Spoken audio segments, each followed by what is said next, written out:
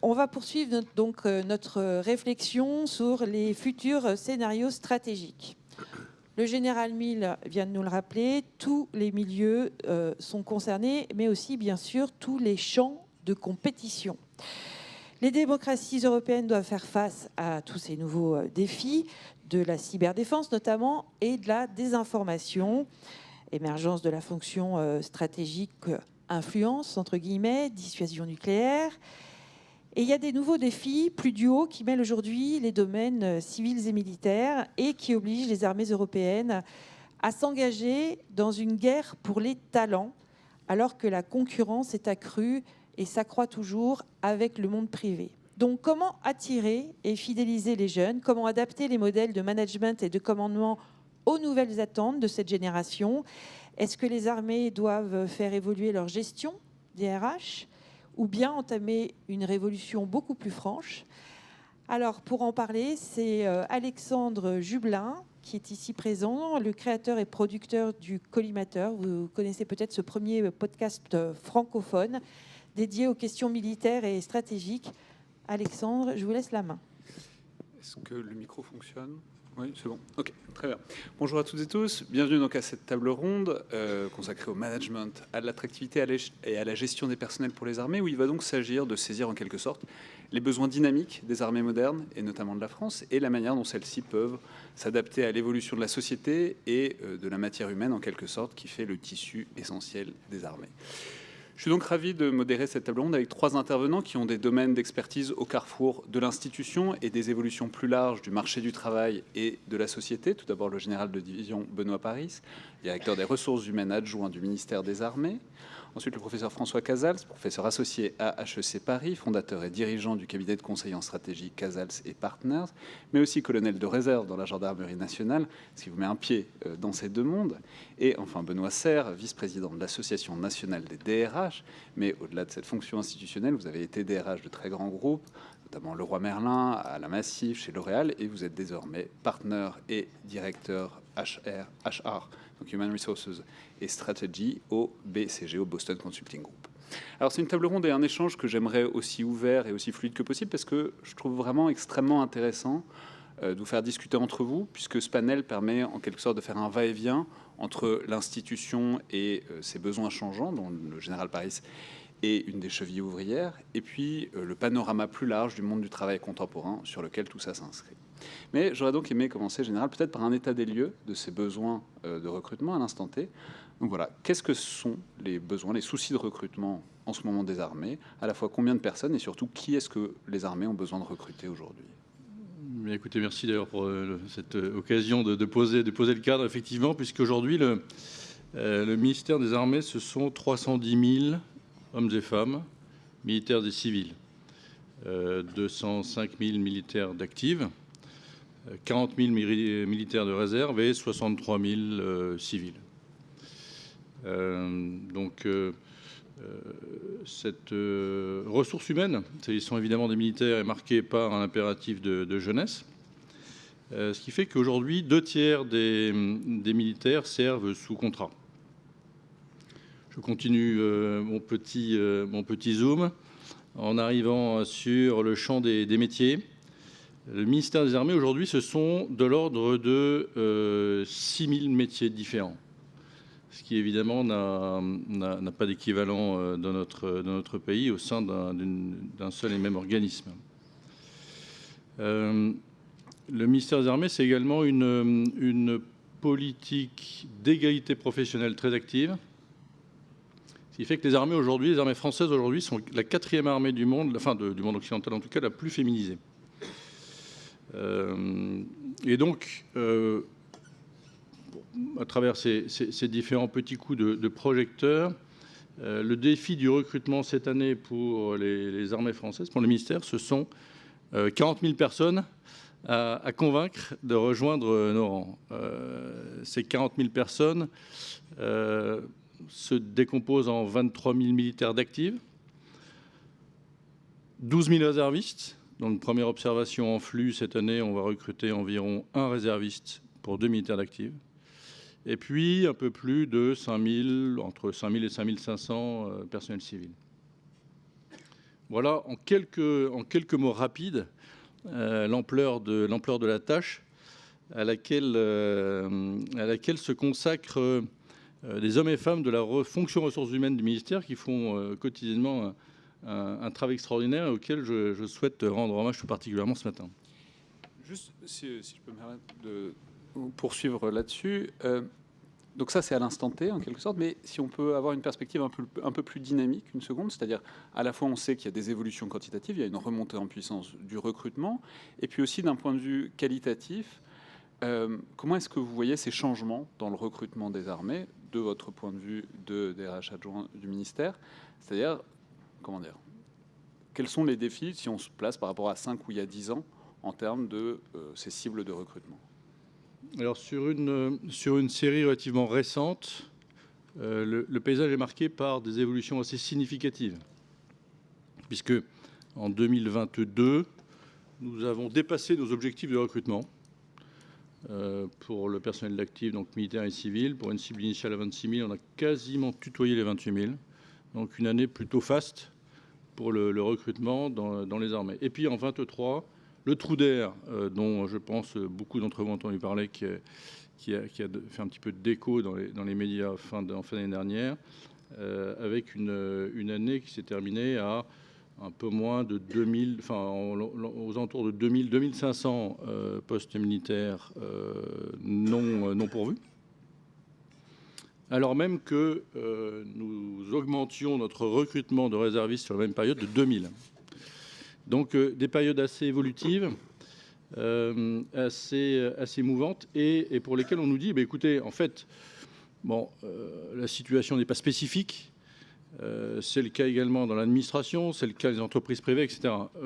Certes, mais ce n'est pas pour autant que nous nous satisfaisons de cette situation. Et donc, effectivement, nous poussons les feux pour être encore plus actifs et plus dynamiques sur tous les champs, toutes les surfaces de contact possibles, qu'elles soient physiques ou virtuelles, à travers notamment les réseaux sociaux, etc., au contact notamment de la jeunesse, de telle sorte à rétablir cette situation. Alors justement, vous l'avez dit, donc on est sur un paysage de concurrence, évidemment, entre le public, le privé, les armées. Peut-être Benoît Serre, sur cette concurrence, sur ce panorama, en gros, avec qui est-ce que l'État, avec qui est-ce que les armées vous paraissent directement en concurrence? Mais en fait, le général Paris, je ne sais pas si ça marche ce truc. Le général Paris l'a dit, le sujet, c'est qu'aujourd'hui, les recrutements se font sur les métiers. Donc la concurrence, elle ne va pas se faire d'une entreprise par rapport à l'armée ou par rapport au secteur public, mais par rapport au métier. Alors évidemment, il y a un métier qui apparaît de manière naturelle comme hyper concurrentiel, c'est tous les métiers dits de la data ou de la tech. Tout le monde en cherche, en fait. Tout le monde en cherche, et évidemment, le combat ne se situe pas uniquement, contrairement à ce qu'on imagine d'ailleurs, sur le sujet de la rémunération, quand vous regardez les déroulements de carrière de ces gens-là. La rémunération, c'est quelque chose qui joue à l'entrée. Donc c'est vrai que là, on peut imaginer qu'un certain nombre d'entreprises privées ont une sorte d'avantage concurrentiel sur le sujet. Mais en réalité, l'un des sujets fondamentaux auxquels sont confrontées les entreprises privées, en l'occurrence, et j'imagine peut-être que dans l'armée ou la fonction publique, c'est un peu différent, c'est la fidélisation. Le problème, c'est ça. C'est ce qu'on a observé. D'ailleurs, c'est une des explications de ce qui a été évoqué sur la plus grande difficulté de 2023, parce que les entreprises ont connu la même chose, c'est-à-dire avec une espèce de mobilité professionnelle qui s'est accentuée tout simplement parce qu'il y avait des jobs qui s'ouvraient.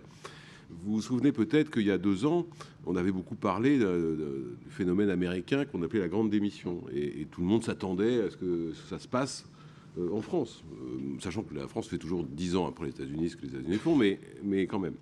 Et en fait, on n'a pas du tout observé ce phénomène-là.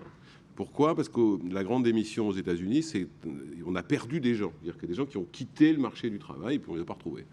Tandis qu'en France, on a retrouvé 90% des gens qui avaient bougé des entreprises. Il n'y en a que 10% qui ont créé des entreprises. Alors, il y a plein d'explications à ça, mais ça veut dire qu'on a plutôt connu une grande mobilité professionnelle, donc ça plutôt la grande mobilité que la grande démission. Alors, évidemment, ça, c'est une difficulté pour les entreprises privées comme pour les autres. Et donc, ça a généré, puisqu'il y avait des départs, des volumes de recrutement beaucoup plus importants. Ce qui explique en partie le fait que la concurrence s'est exacerbée, parce qu'en parallèle, vous avez quand même sur tout un tas de métiers, hein, vous avez une pénurie de candidats et ça ne va pas s'arranger. Alors on le sait dans les ingénieurs, hein, parce que vous savez que la France produit à peu près 40 000 ingénieurs par an quand le marché en demande 50 000, sachant qu'à horizon 5 ans, le marché en demandera 80 000. Donc, et nos systèmes d'enseignement ne sont pas encore totalement adaptés. Ça, c'est une première caractéristique. Et après, il y a un autre aspect sur la concurrence métier. Pendant longtemps, on a cru que l'engagement des gens se faisait dans leur entreprise, pour prendre le secteur privé.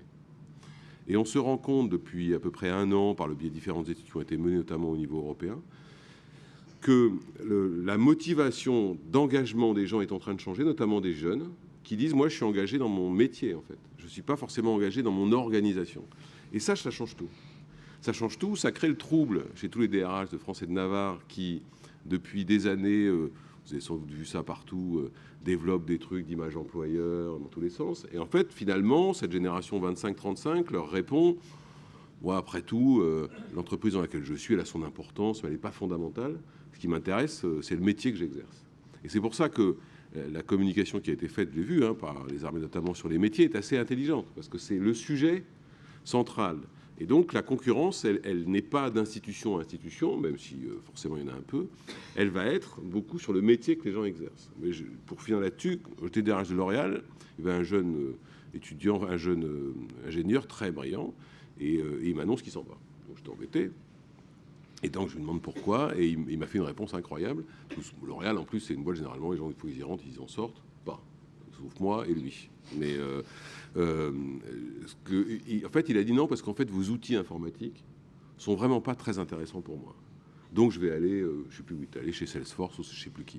Et ça, c'était quand même un signe assez intéressant. C'est-à-dire que lui, il avait évalué la pertinence à rester chez L'Oréal, non pas à la carrière L'Oréal, mais à la carrière de métier qu'il allait avoir. Et donc je pense que ça, c'est un enjeu de concurrence assez fort sur les métiers eux-mêmes. Merci beaucoup. François Casals, peut-être sur cette évolution fondamentale du marché du travail, où, alors peut-être vous le relierez à la conjoncture, notamment la conjoncture du chômage, mais où on a l'impression qu'il y a eu un rapport de force qui a un peu changé entre le candidat, le potentiel employé et son employeur, ou par rapport à certaines époques, enfin moi par exemple j'ai grandi dans une époque de chômage de masse relative, voilà, aujourd'hui on a l'impression qu'il y a, disons, une relation relativement différente à l'embauche que pendant disons, les dernières décennies. Oui, alors en fait, ce qui est évoqué, c'est 2 choses différentes. C'est à la fois ce que Benoît et le général Paris évoquaient, c'est-à-dire un marché du travail qui est ultra concurrentiel. D'ailleurs, dans l'introduction, la personne qui a introduit parlait de guerre des talents. Et donc, en stratégie, hein, moi c'est mon domaine, il faut prendre un avantage concurrentiel. Donc cet avantage concurrentiel, il peut être ce qu'évoquait Benoît, l'attractivité du métier, peut-être d'autres attributs d'attractivité. C'est l'exemple que tu donnais avec ton ingénieur chez L'Oréal.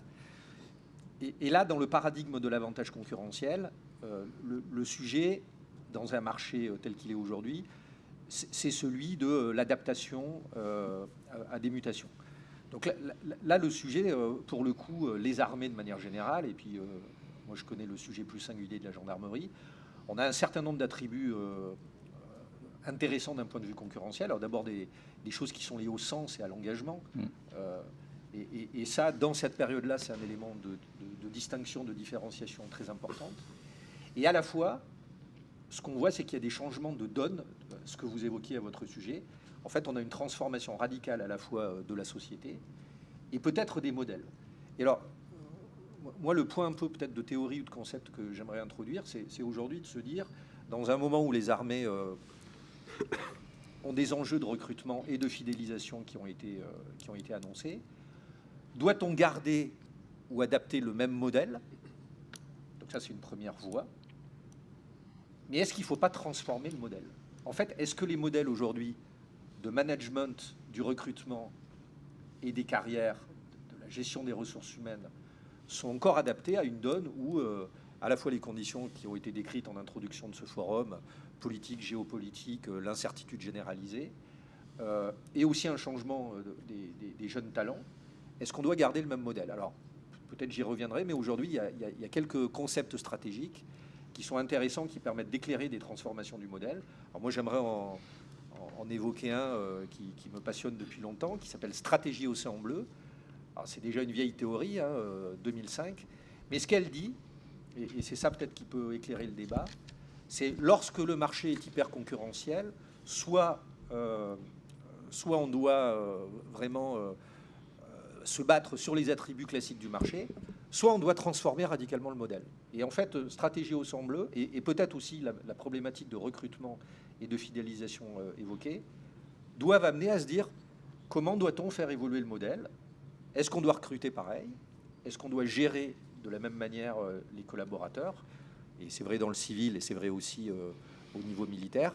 Et là, je pense qu'il y a, c'est un point fécond parce que je pense que nous sommes dans un moment de transition au niveau managérial où en fait ce n'est pas juste la puissance de la compétition qui doit prévaloir, mais aussi des changements radicaux de pratiques et de stratégie en matière de ressources humaines. Mais peut-être qu'on aura l'occasion d'y revenir dans le détail dans la suite du Oui, bien sûr, débat. On y reviendra parce que cette approche conceptuelle, je la trouve vraiment extrêmement féconde et tout à fait passionnante. Mais j'aurais aimé juste interroger peut-être Benoît Serres sur cette question du sens et de l'engagement. On parlait juste avant d'entrer dans la salle, vous me disiez, c'est intéressant parce que les armées, à bien des égards, elles ont résolu une des grandes questions des DRH, c'est-à-dire le sens au travail, le sens du métier. Oui. Non, deux choses. La première, pour reprendre d'ailleurs les termes que Mme Leroy a utilisés, moi je commence à douter du fait qu'on est face à une guerre des talents, en fait. Je pense qu'on est face à une guerre des compétences, ce qui est très différent. C'est très, très différent. Et je le vois dans beaucoup de grandes organisations, privées notamment, où les gens commencent à se dire le fait d'aller chercher des gens n'est pas forcément la bonne... le sujet, c'est de trouver des compétences. Et elles sont en interne ou elles sont en externe, elles se transforment. Et ça change un peu le marché. C'est un élément complémentaire de ce que disait François à l'instant sur le changement de marché. Puisque, en fait, j'avais eu l'occasion d'évoquer dans un autre cadre l'indice, un truc qui s'appelle l'indice de pertinence, qui est publié par l'OCDE, qui est sur la durabilité d'une compétence.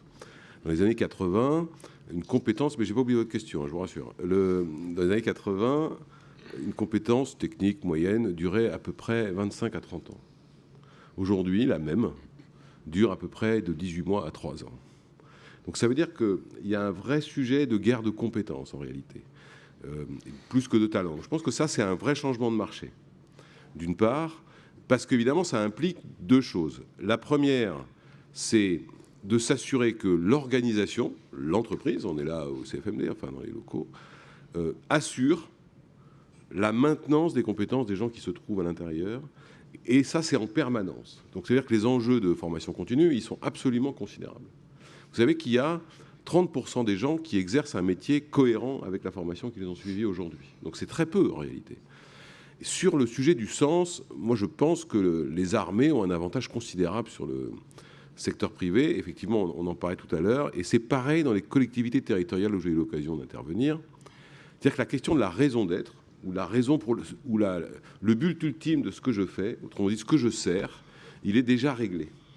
Alors que c'est le problème des entreprises privées qui ont inventé, vous avez vu avec la loi Pacte, et puis ça date d'assez plus ancien, la fameuse raison d'être. Malheureusement, il y a une enquête qui a été faite par un excellent cabinet de conseil qui s'appelle le BCG, qui, très bien, très bon cabinet, je vous assure, qui a interrogé les salariés des entreprises du CAC 40 qui ont une raison d'être. Quasiment toutes en ont une aujourd'hui. Résultat des cours, 72% de ces salariés répondent « c'est de la com ». Autrement dit, ils ne le perçoivent pas. Je présume, et le général Paris c'est plus expert que moi, que dans l'armée, cette question se pose moins, en tout cas. Je ne dis pas qu'elle ne se pose pas, mais elle se pose moins. En revanche, elle peut apparaître, et on le sait, hein, parce que cette fameuse enquête dont je vous parlais tout à l'heure, on a évidemment creusé la raison pour laquelle ça. En fait, ils disent, le problème, c'est que vous annoncez, alors je parle d'entreprise privée, hein, une raison d'être très ambitieuse, très tout ce que vous voulez, sauf que moi, mon modèle de management que je subis, il n'a pas changé. Les conditions de travail dans lesquelles j'exerce mon activité ne changent pas. Autrement dit, vous avez fait une raison d'être pour l'extérieur, mais qui n'a pas d'impact sur l'organisation interne, etc., etc. Et ce phénomène de distorsion entre le perçu et le projeté, vous le retrouvez dans un autre domaine, je parle encore du secteur privé, qui est celui de l'engagement de l'entreprise pour la planète. Et ça, c'est extrêmement frappant. C'est-à-dire que les gens disent, en fait, vous faites beaucoup de choses pour la planète, mais si vous pouviez commencer par moi, ce serait pas mal. Et qu'avec les éléments de transformation de métier, de monde du travail qu'a évoqué François rapidement tout à l'heure, évidemment, cette distorsion-là, elle devient de plus en plus insupportable aux gens.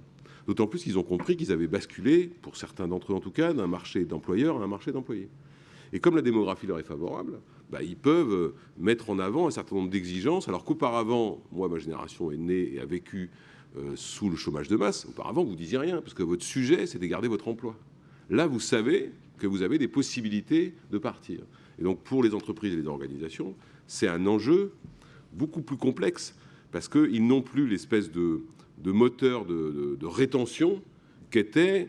c'est de la palissade, hein, pour aller quelque part, pour partir, il faut aller quelque part. Et donc, ils n'avaient plus en plus moteur. Sur des tas de métiers, vous savez que la DARES, qui est la direction du ministère du Travail, qui statistise le travail en France, annonce aujourd'hui que 70% des métiers sont pénuriques à horizon 15 ans. Pénuriques, pour deux raisons, la démographie et les adaptations, quelquefois, des systèmes de formation à la rapidité d'obsolescence des compétences. Peut-être, Général Paris, j'aurais aimé vous faire réagir là-dessus, sur cette question du sens et de la motivation, en quelque sorte, des employés à entrer, enfin, qui ne sont plus des employés, mais ceux qui entrent dans les armées, et la manière dont les armées réussissent ou pas à en tirer parti pour le recrutement. Alors effectivement, il y a de nombreux points qui viennent d'être soulevés, qui sont à la fois très, très stimulants et sur lesquels je pense que nous avons pas mal de choses à dire. La question du sens, évidemment, comme ça a été dit, peut être abordée de manière assez naturelle, mais sans pour autant, j'en suis profondément convaincu, ne pas régulièrement se réinterroger sur la manière de le formuler, la manière de l'expliquer, la manière de le faire comprendre. On a un enjeu je pense, qui est permanent. L'enjeu de pédagogie, faire connaître, faire comprendre, faire adhérer, on connaît ce triptyque, qu'il faut sans cesse remettre sur le métier. Derrière tout ça, il y a, à mon sens, sans mauvais jeu de mots, il y a les questions fondamentales de légitimité et les questions fondamentales de confiance. Et je pense que là, on est au cœur du cœur de ce que le ministère, de ce que les armées, au sens large, ont finalement à apporter. Nous bénéficions, bon an, mal an, d'une excellente image dans l'opinion, singulièrement chez les jeunes d'ailleurs. Finalement, le défi consiste à transformer ça, c'est ce que vous évoquiez à l'instant avec le passage finalement de l'image à quelque chose d'un peu plus concret. Notre défi, c'est véritablement de transformer ça de manière concrète, effectivement, en termes de recrutement. Sur la question du modèle, et si on se place dans la perspective de loi de programmation militaire qui nous amène à 2030, on peut déjà observer que les armées se placent dans une perspective profondément évolutive avec l'objectif de doubler les effectifs de réserve. Doubler les effectifs de réserve, c'est ouvrir de manière significative le ministère, les armées, à l'apport de compétences, on vient d'en parler, de connaissances, d'expertise, en complément de ce qui existe déjà, ou de ce qui n'existe pas d'ailleurs, de telle sorte à élargir ce champ de compétences. Nous nous inscrivons dans un cadre général qui est celui de l'expansion, ça a été évoqué il y a un instant par le chef d'état-major de l'armée de l'air et de l'espace, de l'expansion du champ des capacités militaires, des métiers du ministère. Il y aura encore pour de longues années des chars, des bateaux, des avions, pour être un petit peu schématique, des fonctions logistiques, de la maintenance, des fonctions de santé. Et puis il y a tout le reste, les milieux, les domaines nouveaux, en tout cas pour nous, que sont l'espace, les grands fonds, le cyber est de moins en moins nouveau, mais il continue à se développer, la guerre informationnelle, etc. Et dans le champ de l'existant, les métiers eux-mêmes se transforment et vont profondément se transformer.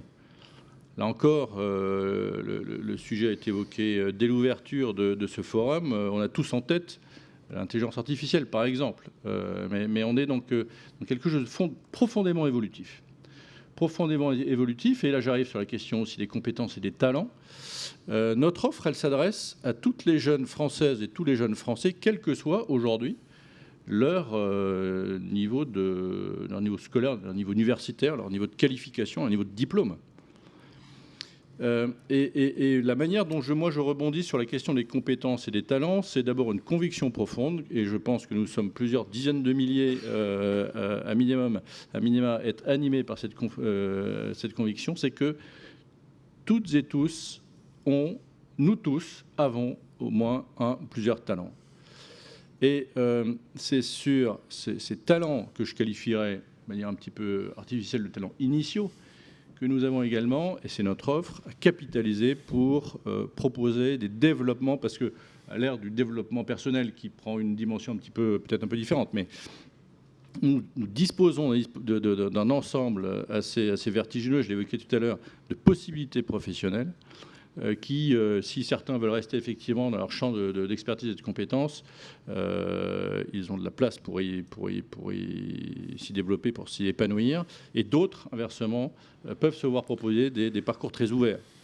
Et donc, les talents, finalement, c'est, de mon point de vue, c'est le socle sur lequel nous allons pouvoir construire une évolution de parcours, une évolution de responsabilité, une évolution de compétences. Donc on se place bien dans une perspective évolutive, alors que, pour illustrer un petit peu le propos de manière peut-être plus précise, si on se place par exemple dans la perspective des sorties de grandes écoles, 80% du personnel que nous recrutons, qu'il soit civil ou militaire, n'est pas du personnel ingénieur, sorti d'écoles, de grandes écoles, etc., etc. Donc on est bien dans cette promesse à toutes celles et ceux qui ont des talents et de l'envie. Et c'est véritablement ce que nous cherchons à recruter. Tout cela s'inscrit dans un cadre où le fait technologique, j'ai évoqué tout à l'heure avec la transformation des métiers, mais le fait technologique est très fort. Et je pense que l'une des caractéristiques profondes, finalement, de ce qu'offrent les armées aujourd'hui et ce qu'elles continuent à offrir demain, c'est cette combinaison, cette alchimie entre un fait technologique très fort et une réalité humaine très puissante. Rejoindre les armées, rejoindre le ministère, c'est rejoindre une communauté humaine, c'est rejoindre des familles, appelez ça comme vous voulez. Il y a un effet de groupe qui est très fort. Et nous sommes, je pense, l'une des organisations à peut-être offrir la plus forte alchimie, finalement, entre ces deux volets qui peuvent attirer et stimuler de manière différente ou complémentaire la technologie, le fait technologique et une réalité humaine très forte. François Casal, j'aurais aimé vous interroger sur en quelque sorte ces deux piliers que le général a évoqués sur l'image des armées, sur la stratégie des armées, où à la fois il y a une image bonne, voire très bonne auprès des publics cibles, et une image qui est ancrée dans quelque chose de très long terme, la fonction combattante, etc. Et en même temps, ce choix de se présenter comme des organisations qui évoluent, qui se transforment, qui sont à la pointe. C'est-à-dire, comment est-ce que vous analysez, qu'est-ce que vous pensez de cette espèce de diptyque de la manière de présenter les armées à ceux qui souhaiteraient s'y engager? Alors, je pense que je reviens sur quelque chose qui a été dit par Benoît, que je partage, qui est cette idée d'un côté assez artificiel de la raison d'être et un changement assez radical, en fait, finalement, pour une personne, par rapport aux armées ou à une entreprise, je dois trouver la raison d'en être et je dois trouver la raison d'y rester. Et en fait, il y a quelque chose qui s'affronte. C'est à la fois l'image qui est véhiculée par une institution militaire, et puis après la pratique opérationnelle. Alors moi, je vais citer quelque chose en gendarmerie, mais c'est une force armée, comme vous le savez.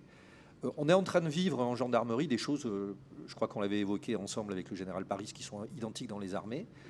C'est que l'exercice, par exemple, de la militarité, qui est quelque chose de très singulier, hein, là on ne parle pas de technologie, d'intelligence artificielle, mais on parle de, nous en gendarmerie, l'entraînement kaki, hein, faisant référence à une couleur d'une des armées, peut être rebutant à l'exercice. C'est-à-dire qu'aujourd'hui, la transcendance collective, elle doit affronter aussi des comportements individuels où finalement l'exercice militaire, quand il est vécu en tant que tel, il peut être jugé difficilement. Et aujourd'hui, je pense que quand on est face à ce sujet des RH, alors à la fois on doit porter cette mission transcendantale, et pour les armées elle est très forte, hein, c'est la défense de la patrie ou la sécurité intérieure pour la gendarmerie. Et puis à la fois on doit s'adapter à des nouvelles personnes qui ont aussi de fortes aspirations individuelles. Et un des sujets aussi, ça va être, je pense, dans la transformation des modèles militaires. Il y a le sujet, je partage votre avis, mon général, qui est celui de l'adaptation des armées a des transformations technologiques majeures et je partage le sujet sur l'IA et notamment l'IA générative qui pour moi est un choc absolument colossal. Mais il y a d'autres éléments aussi qui est vraiment l'exercice du métier. Donc l'exercice du métier avec des contraintes qui ne sont pas forcément connues, auxquelles il faut donner du sens. Dans les armées, l'alternance de périodes où on est en opération extérieure et puis des périodes qui sont peut-être plus délicates à vivre en état-major ou sur le territoire national. Et je crois que du coup, c'est peut-être un point moi, que j'aimerais évoquer, c'est qu'on doit faire un peu comme on fait dans le privé par rapport à l'expérience client. Aujourd'hui, les entreprises travaillent sur ce sujet des parcours clients, de l'expérience client. Mais aujourd'hui, on pourrait tout à fait envisager une expérience militaire qui est une expérience à vivre en recrutement. Et donc la théâtraliser, alors déjà la modéliser, la théâtraliser. Et ensuite, modéliser également des parcours, pas seulement des parcours au sens RH, mais des parcours dans lesquels le gestionnaire, sur des moments de vie importants, va véhiculer un certain nombre de propositions, et moi j'appelle ça propositions de valeur. Donc c'est là où les choses sont compliquées, me semble-t-il, parce qu'effectivement on est dans ce moment de transition. Les moments de transition ou de changement, ils sont un peu douloureux, hein. Souvent on parle de la chenille et du papillon. On est dans ce moment où on n'est ni chenille ni papillon, et je pense qu'on doit et en particulier dans les armées, affronter deux grands défis. Un défi de la mutation technologique, indépendamment des métiers séculaires, traditionnels des armées, et puis aussi un changement dans les comportements individuels. La transcendance collective ne me semble plus suffisante aujourd'hui, même dans les armées. On doit intégrer des éléments très concrets. Dans la gendarmerie, ça passe par des choses très simples, hein. C'est l'obligation de vivre en caserne, qui est quelque chose qui peut être vécu aujourd'hui difficilement par nos militaires. Donc on est à la croisée de deux chemins, et c'est compliqué du coup. C'est là où il y a l'enjeu de ce défi de transformation. À la fois cette transformation technologique qui s'impose, et à la fois l'intégration de ces nouveaux besoins individuels, et peut-être la nécessité d'imaginer non plus des parcours RH, mais vraiment des parcours militaires tout à fait singuliers, avec des techniques peut-être qui sont utilisées dans le privé. Donc je pense qu'on est à ce moment très singulier, et donc il y a beaucoup de voies qui s'ouvrent à nous, mais aussi de questions. Je voulais réagir à ce que Non, mais j'en profite pour ajouter juste une question, mais en lien avec ça, c'est-à-dire sur globalement ce marché du travail, enfin ces travailleurs potentiels et les évolutions, disons notamment des jeunes générations, avec des aspirations qui sont différentes, des contraintes qui sont différentes. Mais ce que je veux dire, c'est que le métier militaire n'est pas le seul métier qui soit contraignant, ni physiquement, ni géographiquement, etc. Mais oui, mais donc c'est pas un défi. Enfin, c'est un métier extrêmement spécifique, mais en même temps, c'est pas le seul à devoir affronter le fait de présenter ces contraintes directement aux jeunes qu'on embauche. Et il y a le moment de l'embauche, et puis il y a aussi, vous en avez parlé, mais c'est le moment de la fidélisation, c'est-à-dire le choc de réalité et comment faire en sorte, mine de rien, de ne pas avoir présenté les choses sous un jour trop beau pour que pas avoir des déceptions et des désaffiliations au bout d'un certain temps. Alors, oui, non, mais je voulais réagir notamment sur François. Il y a un truc qui est assez présent dans les entreprises, et d'ailleurs, elle se pose beaucoup de questions en ce moment. Il y a eu beaucoup de choses qui ont été faites, comme François l'a dit, sur l'expérience client, etc. Ça date d'il y a quelques années quand même. C'était notamment quand il y a eu l'apparition de l'iPhone et de l'appli, parce que ça a redéfini en fait le parcours des clients.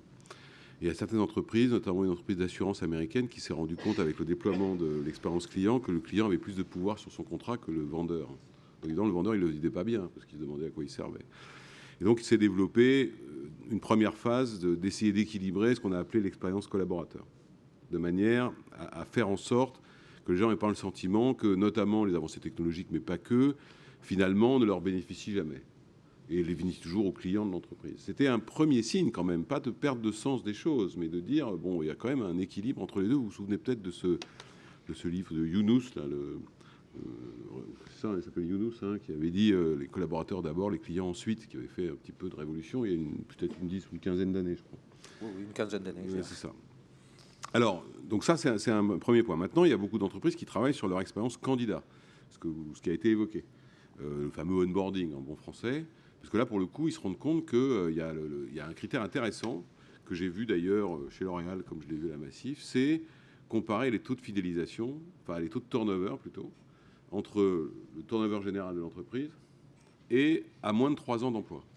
Et vous vous rendez compte que certaines organisations ont des taux de turnover à moins de 3 ans d'emploi ou de contrat qui sont le double, voire le triple du turnover général. Donc ça, c'est une vraie fracture. C'est-à-dire qu'au bout de 3 ans, les gens disent... et ceux qui sont touchés particulièrement à ça, c'est les grandes entreprises très reconnues, parce qu'en fait, elles sont prises par le marché, par les jeunes, etc., comme une école, en réalité. Ils se font une référence, un tampon, et après, ils s'en vont. Moi, je le vis au BCG. Au BCG, vous avez un turnover de 26 ou 28% au bout de 3 ans, parce qu'ils se vendent après, au BCG, ça fait bien, clac. Donc ça, c'est un sujet qui donc le sujet de la fidélisation, il est assez fondamental, parce que de toute façon, la pénurie de recrutement, à la fois pour des raisons de compétences et pour des raisons de nombre, c'est-à-dire de démographie, va durer. On peut faire tout ce qu'on veut, c'est comme ça que ça se fait. Donc ça veut dire que les organisations, moi, ce que je dis au DRH, c'est que la meilleure réponse à la pénurie de recrutement, c'est la fidélisation. Donc la question à se poser, c'est par quel biais je passe pour fidéliser les gens. Alors il y a une bonne nouvelle ou une mauvaise nouvelle, je ne sais pas, vous la prendrez comme vous voulez, c'est qu'un jeune candidat ou un jeune militaire ou un jeune fonctionnaire, c'est un être humain normal. C'est-à-dire qu'il a des aspirations qui sont exactement les mêmes que ce que la société lui pousse, que ce soit dans le privé. Autrement dit, les aspirations, vous l'avez cité le terme en général, de la confiance, de l'autonomie, les aspirations à comprendre à peu près ce qu'il fait, les aspirations à bouger. En plus, on a une problématique particulière qui est l'écroulement de l'appétence à la fonction de management. Je parle du privé. Il y a une enquête européenne, encore une fois, qui a été faite il y a 2-3 ans, et on a interrogé 4000 non-managers. Et parmi les dizaines de questions qu'on leur a posées, et ça c'était en Allemagne, en France, en Espagne, en Grande-Bretagne, je crois. On leur a posé comme question tout un tas de trucs, dont est-ce que vous souhaitez devenir manager? Réponse 15%.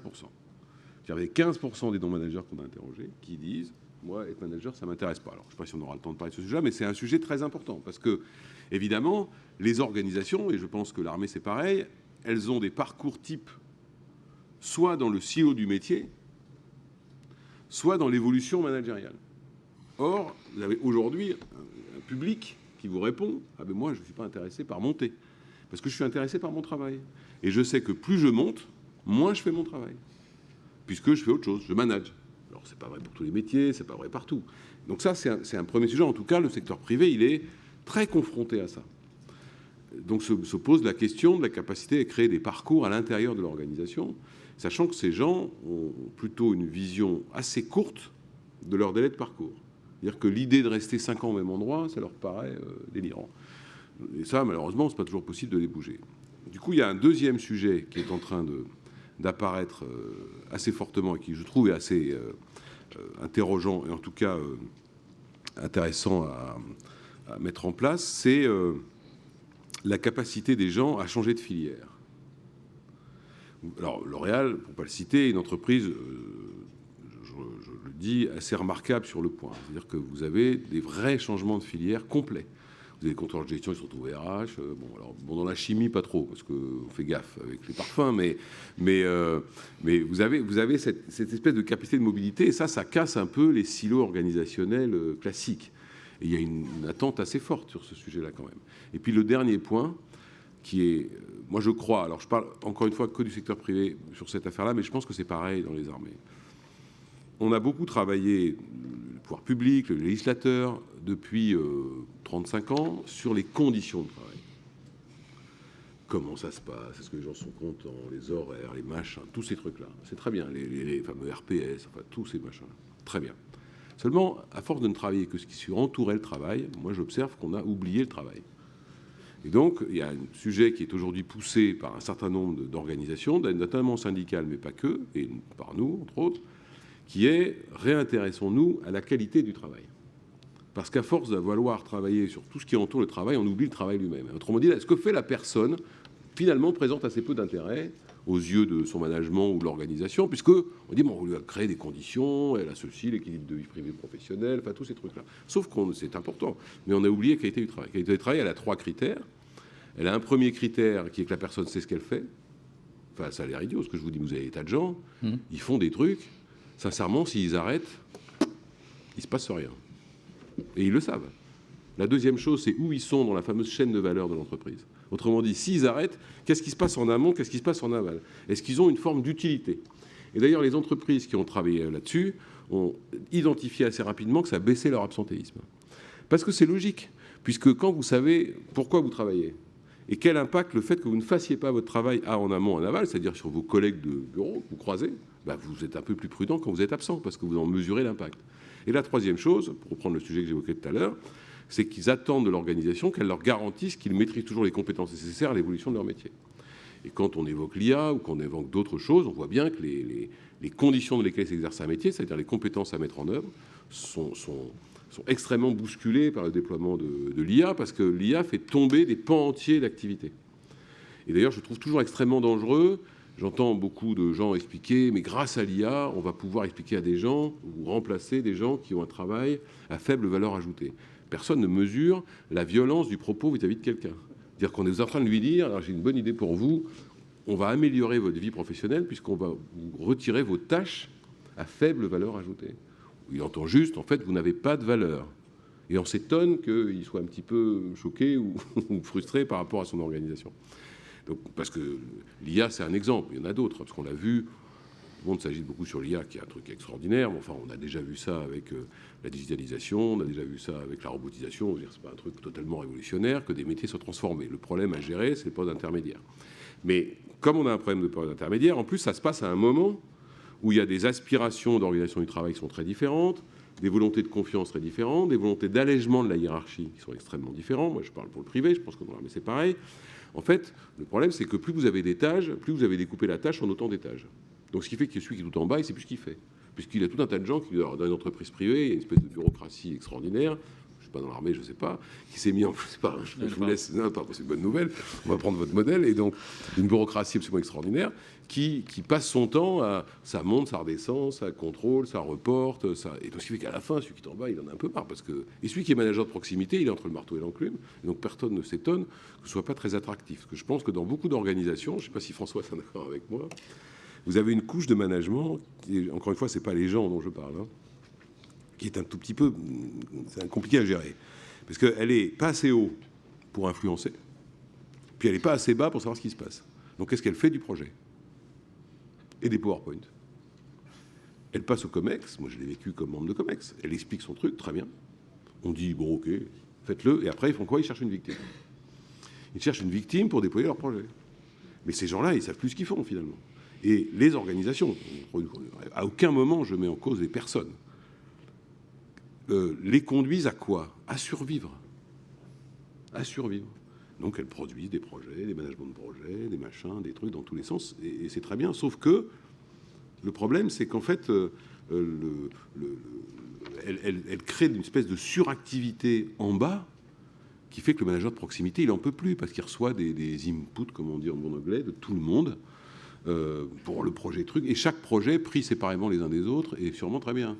Mais le problème, c'est que le manager de proximité, il a d'autres problèmes. Et en plus, il est confronté, lui, aux nouvelles aspirations, à la transformation, à la défidélisation, à la difficulté de recrutement. Et donc, il a autre chose à faire que déployer des projets. Donc, finalement, il ne sait pas bien, parce que la pire des situations quand vous êtes manager de proximité, c'est quand on vous dit, on vous donne un projet pilote.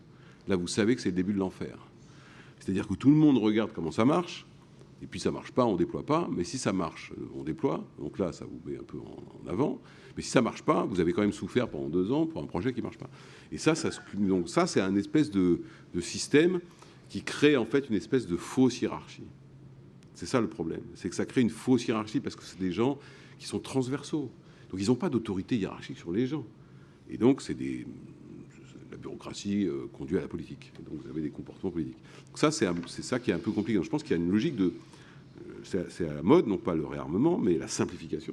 Et les entreprises ont quand même créé, alors quelquefois poussé par l'État, hein, parce que l'État aussi crée de la bureaucratie dans les entreprises, un espèce de système qui est beaucoup trop complexe, ce qui fait que, au-delà du fait que ça ralentit les décisions, ça en ralentit la pertinence ou l'identification de la pertinence par celui qui l'exécute.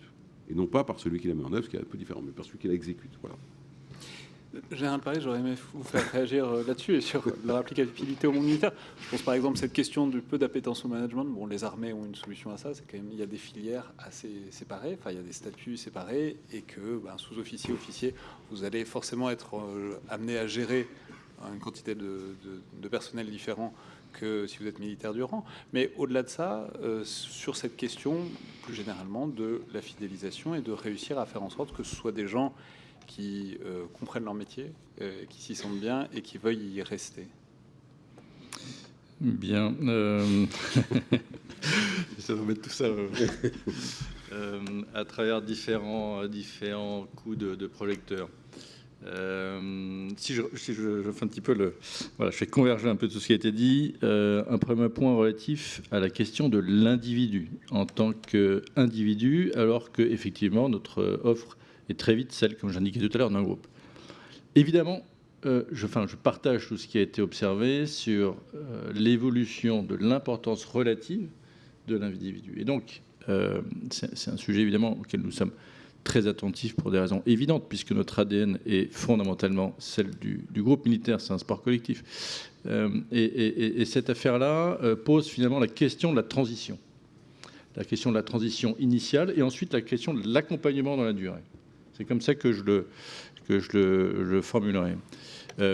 Tout à l'heure, vous évoquiez, en tout cas c'est comme ça que j'ai compris, la question finalement du choc initial entre la réalité d'une vie civile et une réalité militaire. Évidemment, c'est un point auquel nous sommes très attentifs parce que parmi nos différents, on parlait du turnover, etc., nos différents indicateurs, il y a évidemment ceux de ce qu'on appelle l'attrition initiale. Et donc, tout ça est suivi de très près.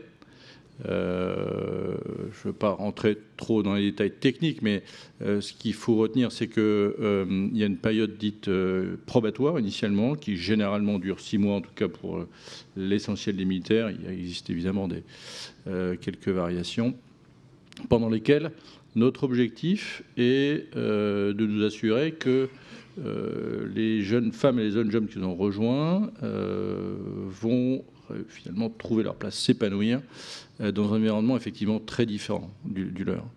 Et donc il y a cet impératif peut-être de progressivité accrue aujourd'hui, sans doute que ce que nous avons pu connaître en termes de besoins, là encore, il y a quelques années. Donc il y a un point très important de ce point de vue-là.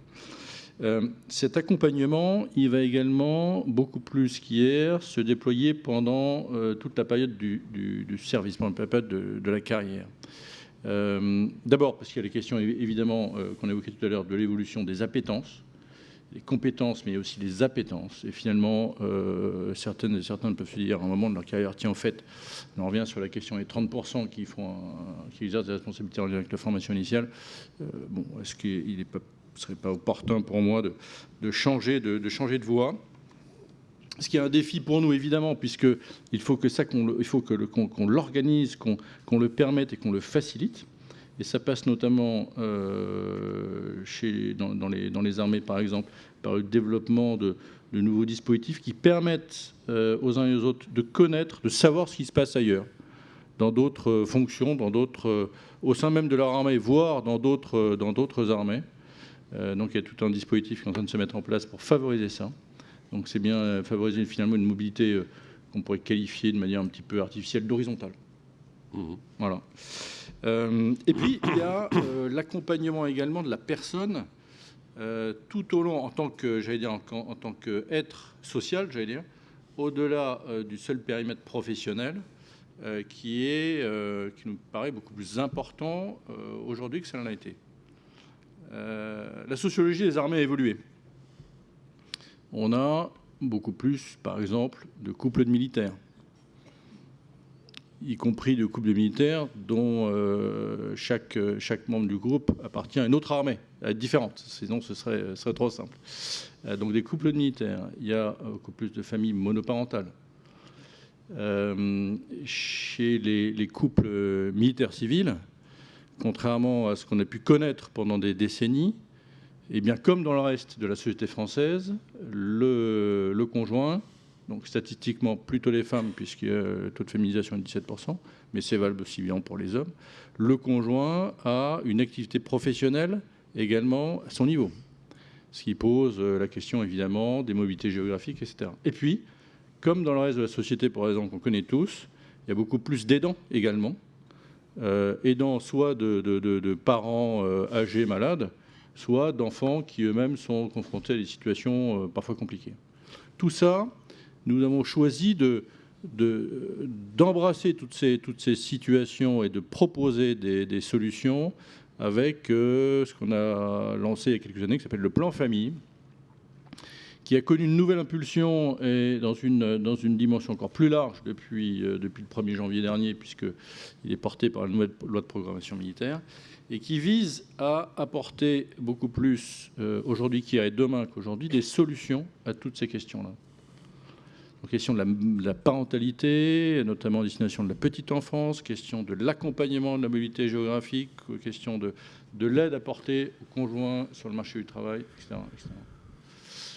Et donc ça fait partie de finalement de cette approche beaucoup plus tournée vers ce que j'appellerais de manière très globale l'accompagnement de chaque personne dans sa réalité humaine et sociale, qu'on a pu le faire pendant des années. Voilà. La question des leviers de l'engagement, celle qu'évoquait, je me permets, puisqu'on s'appelle tous les deux Benoît, qui est évidemment un sujet central. Et ça renvoie à une intervention très récente, je me permets de le citer, du chef des armées, du président de la République, qui appelle à lutter contre le terrorisme dans les métiers de l'État, puisque finalement le sujet c'est un peu celui-là. C'est je ne vois qu'une petite parcelle de l'action collective, de l'œuvre à laquelle je contribue, alors que chacune et chacun, quels que soient les plus modestes, sont essentiels à la réussite de cette œuvre. Comment est-ce que, là encore, mais on en revient sur le sens. Le sens, c'est pas uniquement sur le recrutement, c'est aussi comment on rappelle régulièrement aux uns et aux autres la dimension fondamentale de leur action. Là encore, si modeste soit-elle, elle est fondamentale à la réussite de l'ensemble.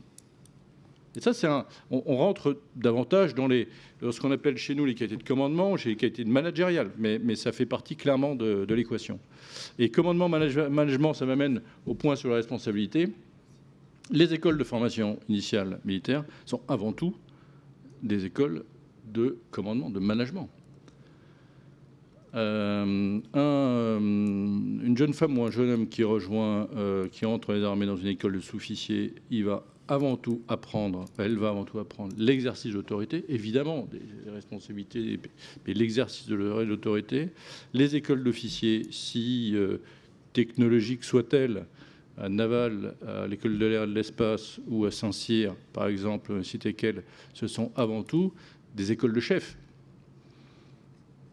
Et ça fait partie également de notre ADN. Pour autant, il est évident, et je reviens sur ce que j'évoquais tout à l'heure, sur la capacité à offrir de nouvelles perspectives plus latérales, plus horizontales, que la moindre appétence qui pourrait, et effectivement on peut le constater aussi chez nous, s'exprimer pour l'exercice de responsabilité, soit également satisfaite de manière différente.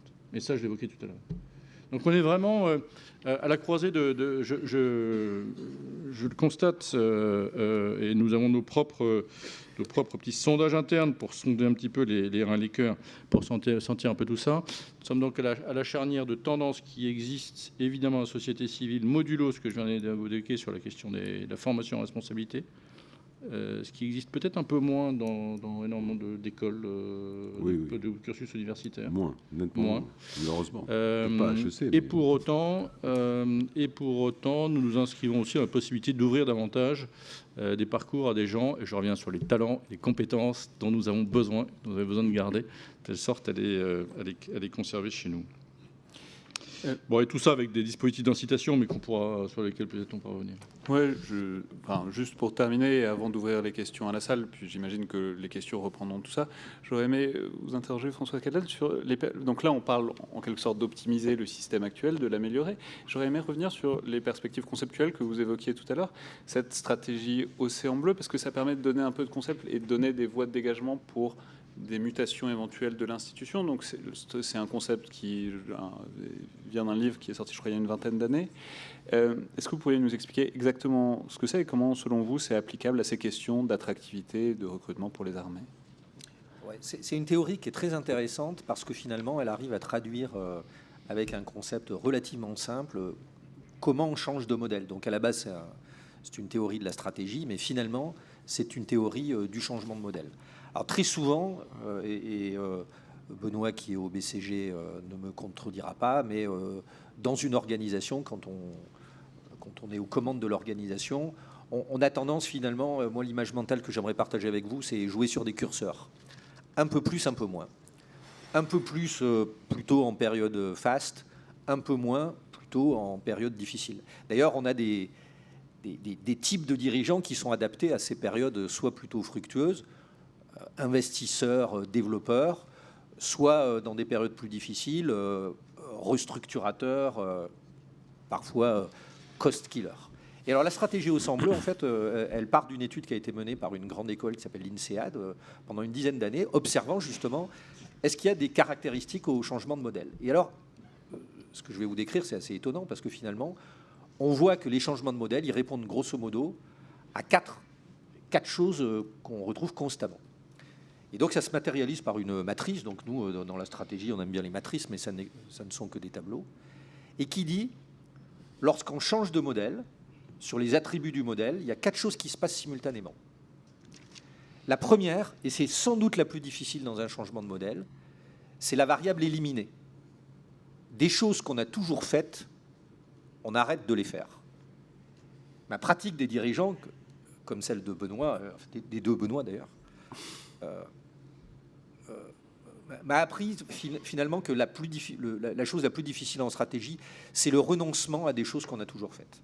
Et d'ailleurs, les organisations et les grandes organisations ont une capacité assez brillante à créer des couches sédimentaires de réorganisation, mais en ne retirant rien ou pratiquement rien d'une couche sédimentaire à l'autre. Donc le premier élément dans le changement de modèle, c'est arrêter de faire un certain nombre de choses. Et puis peut-être je l'éclairerai rapidement sur le sujet de la table ronde. La deuxième chose, c'est dans le nouveau modèle, certaines choses, on les fait moins. Réduire. Éliminer, réduire, c'est vraiment le dirigeant restructurateur. Et simultanément, donc tout ceci se fait sans provocation en même temps. Simultanément, certaines choses, on va les faire plus. Et puis, ça paraît une injonction, mais on va faire des choses qu'on n'a jamais faites. Et ce qui est intéressant, ce que ça dit, c'est que dans un nouveau modèle, il y a un sujet de renoncement et simultanément d'investissement. Alors, j'ai tenté, mais vraiment, je vous demande toute votre bienveillance et votre gentillesse, parce que ça demanderait peut-être un peu plus de réflexion, mais je me suis dit, tiens, si on appliquait ça au sujet de la table ronde et au sujet RH qui nous anime aujourd'hui, comment ça pourrait se matérialiser? Alors d'ailleurs, j'ai eu la difficulté habituelle, c'est celle du renoncement. À quoi faut-il renoncer dans un nouveau modèle RH? Alors, toute votre indulgence, cher Benoît au pluriel, mais peut-être renoncer au rapport de force des organisations vis-à-vis des individus. Parce que très longtemps, le recrutement et aussi la fidélisation, il y a eu une forme de rapport de force qui était rendu favorable aussi par les conditions d'emploi que vous décriviez au début. C'est-à-dire que dans un pays au chômage de masse, l'employeur a un rapport de force très fort. À la fois en matière de recrutement, viens chez moi, tu auras de la chance, et à la fois en termes de fidélisation, si tu pars, tu vas te retrouver en difficulté. Mais aujourd'hui, on n'est plus dans ce paradigme-là. Donc, la réinvention du rapport. Et alors, par rapport au sujet peut-être hiérarchique des armées, ça pose des sujets de réflexion. Qu'est-ce qu'il faudrait réduire? Alors moi, je me suis dit, l'idée que le recrutement et la fidélisation des collaborateurs, c'est un sujet juste de gestion. D'ailleurs, c'est intéressant de voir comment sont nommées les directions des ressources humaines ou du personnel ou de la gestion du capital humain. Enfin, il y a toutes sortes de dénominations et les mots ont du sens. Mais en tout cas, aller dans une moindre technocratie de gestion des ressources humaines. Alors, qu'est-ce qu'il faut augmenter? Alors, là, j'avais écrit un peu sens et technologie, hybridation des pratiques, omnicanalité. Donc, l'idée que finalement, ça n'est ni les technologies seules ou ni l'humain, mais une espèce d'assemblage, une espèce de nouvelle génétique à inventer, qui est vraiment l'objet peut-être de nos réflexions à tous, à la fois les académiques, les consultants, et puis les praticiens comme Benoît, au pluriel. Et alors après, la création, c'est peut-être ce sujet d'une expérience à réinventer, candidat, collaborateur. Et puis aussi, c'est peut-être, parce que là, pour le coup, moi, j'ai un petit bémol par rapport à ce que disait Benoît sur l'intelligence artificielle. Moi, je vous invite peut-être à lire un livre qui a été écrit par Mustapha Suleyman, le patron de DeepMind. Vous savez, cette IA rachetée par Google, mais qui a battu le champion du monde du jeu de Go, ce qui était vraiment quelque chose qui semblait impossible, statistiquement impossible. Mustapha Suleyman, il a écrit un livre, La déferlante. Et dans les échos de la semaine dernière, Sundar Pichai, le CEO de Google, dit « Pour nous, l'intelligence artificielle, c'est la plus grande révolution technologique depuis l'électricité. » Et moi, j'aimerais anecdotiquement vous partager mon expérience personnelle. Je pense que nous sommes vu nos prénoms, de générations très proches. Lorsque j'ai commencé à travailler comme jeune assistant chef de produit dans l'agroalimentaire, je n'avais pas d'ordinateur individuel. Donc il était possible à une époque de faire du management et de ne pas avoir un ordinateur individuel.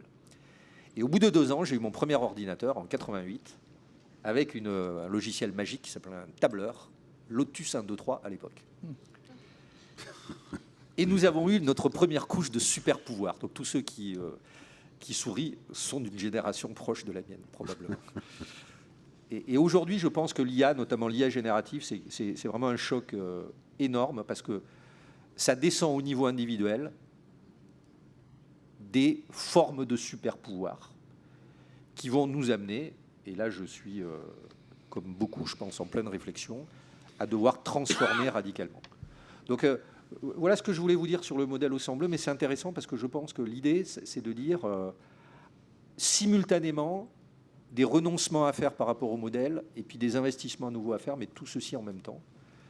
Et donc après, c'est pas forcément dans les moments de transition qu'on est les plus forts pour inventer les nouveaux modèles, parce qu'il y a beaucoup de voies qui s'ouvrent à nous. Mais je pense qu'on est dans ce moment intéressant de mutation. On était rouge, on va passer bleu, et puis ensuite ça va rougir à nouveau, parce qu'il y a des cycles de business ou des cycles d'entreprise, même si c'est une approche un peu déterministe discutable. Donc voilà un peu ce que je voulais vous dire en quelques minutes sur cette théorie. Je vous recommande la lecture du livre Stratégie au semble, vous l'avez compris.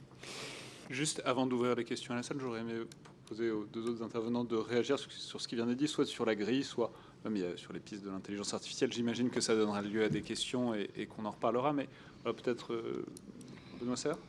Non, plusieurs choses. Vous avez évoqué la période probatoire, en général. Et c'est amusant parce qu'il y a des entreprises privées aujourd'hui qui ont supprimé les périodes d'essai. En disant, notamment la première qui a fait ça, c'est la SOR, vous savez, la gestion de l'eau, là, qui a supprimé la période d'essai. Donc je parlais avec le DRH de la SOR sur ce qu'il avait observé, et il a observé un phénomène de fidélisation plus élevé. Ce qui fait qu'il y a des gens dans une phase de marché d'employés, quand on leur dit non, mais vous pourrez pas, enfin, vous êtes pas, il n'y a pas de période d'essai, quoi. Vous pouvez pas partir du jour au lendemain dans 15 jours. En fait, les gens prennent pas le contrat. Ils disent ah bon bah non, alors moi ça ne m'arrange pas votre truc. Donc ça c'est amusant de voir qu'il y a des réflexions qui sont menées. Alors je sais pas je dis pas que c'est une bonne ou mauvaise idée, mais c'est juste un partage d'expérience. L'autre point, il y a 2 autres points. Il y a un autre point sur le management. Vous savez, je ne sais pas si on utilise ce terme dans l'armée. Vous savez, quand on déploie un projet, on fait un cascading. Et en fait, rien que le mot m'a toujours un petit peu intrigué. Parce que, est-ce que vous avez une image devant vous de à quoi ressemble le bas d'une cascade ? Non, mais sérieusement, c'est à peu près clair en haut, mais alors en bas. Et le manager de proximité, en fait, il est dans la cascade. Donc, il sort la tête de l'eau, puis paf, il s'en prend une autre.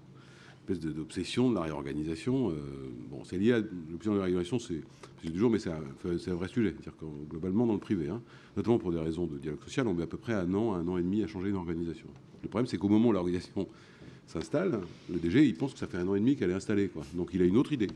Du coup, on réenchaîne. Et le troisième point, très rapidement, dont on a peu parlé, mais vous avez cité le mot tout à l'heure, et je pense qu'en revanche, là, pour le coup, les armées ont un avantage considérable, c'est le sujet de la légitimité. On observe quand même en management que la légitimité, le meilleur des promus, des managers nommés, c'est celui dont la nomination ne surprend personne. dans les équipes. Ça, je le vois dans le privé. Alors, c'était un peu la théorie chez Leroy Merlin, donc c'est ça qui était intéressant. Et la question de la légitimité, elle est extrêmement forte. Parce que dans les entreprises privées, j'en ai moi-même été ou victime ou bénéficiaire, vous arrivez, paf, tout en haut, comme ça, les mecs ne vous ont jamais vu, et vous venez de je sais pas où, on vous dit ça, mec, très bien, il vient de la Massif, il vient de chez L'Oréal, il vient de chez je sais pas qui, et hop, il arrive et il devient chef ou sous-chef. Je crois que dans l'armée, pour la partie militaire en tout cas, cette chose-là n'arrive pas, parce que le principe de tout bon général, c'est qu'il a été un excellent lieutenant. Et donc, je pense que ça, c'est un sujet important, parce que la légitimité, on sent vraiment que c'est un élément de fidélisation très fort. Parce qu'on observe des mouvements de départ quand on change de manager. Et ce genre de manager, ça renvoie à ce qu'expliquait François tout à l'heure. Ça, moi, je l'ai observé 10 fois. Vous avez des gens qui sont faits pour les temps de crise et des gens qui sont faits pour les temps calmes. Et si vous laissez quelqu'un qui est fait pour un temps de crise en temps calme, il vous crée une crise dans la calme. Parce que c'est comme ça, c'est son moteur, en fait. Son moteur, c'est changer les choses tout le temps. C'est-à-dire qu'il a une appétence au changement qui est un tout petit peu excessive. Par contre, il est très très bon dans... Je connais des tas de dirigeants c'était urgent de les changer quand ils avaient résolu le problème pour lequel ils avaient été nommés, parce que sinon ils en créé un autre. Donc la question de la légitimité, elle est extrêmement forte, et j'observe que c'est de plus en plus un élément de critère pour des gens pour juger l'organisation ou l'institution dans laquelle ils se trouvent. Ils disent, moi je suis désolé, mais je fais mon métier, et la personne qui est au-dessus de moi, elle n'y connaît absolument rien, elle n'a aucun sens du management. Je ne dis pas que il faut absolument avoir le meilleur des meilleurs. Parfois, vous nommez le meilleur des meilleurs dans un métier manager et ça devient un mauvais manager, il ne fait plus le métier qu'il faisait très bien. Donc ça ne sert à rien. Mais cette question de la légitimité, elle est extrêmement forte. Et donc je trouve que dans les entreprises, en tout cas, on ne fait pas assez attention à cette dimension-là. Elle peut se créer par l'histoire de la personne, mais du coup, ça nécessite quand même des aptitudes de management ou de communication ou de relationnel quand on arrive, quand on prend son poste, qui sont particulières. Parce que si vous ratez, vous savez, il y a tout un programme, vous ratez vos 100 premiers jours, c'est terminé. C'est-à-dire, si la rumeur court que vous seriez ceci ou cela, même si vous avez des références remarquables. Donc la question de la légitimité, elle est, je trouve, trop souvent oubliée quand on nomme des managers. En fait. Voilà.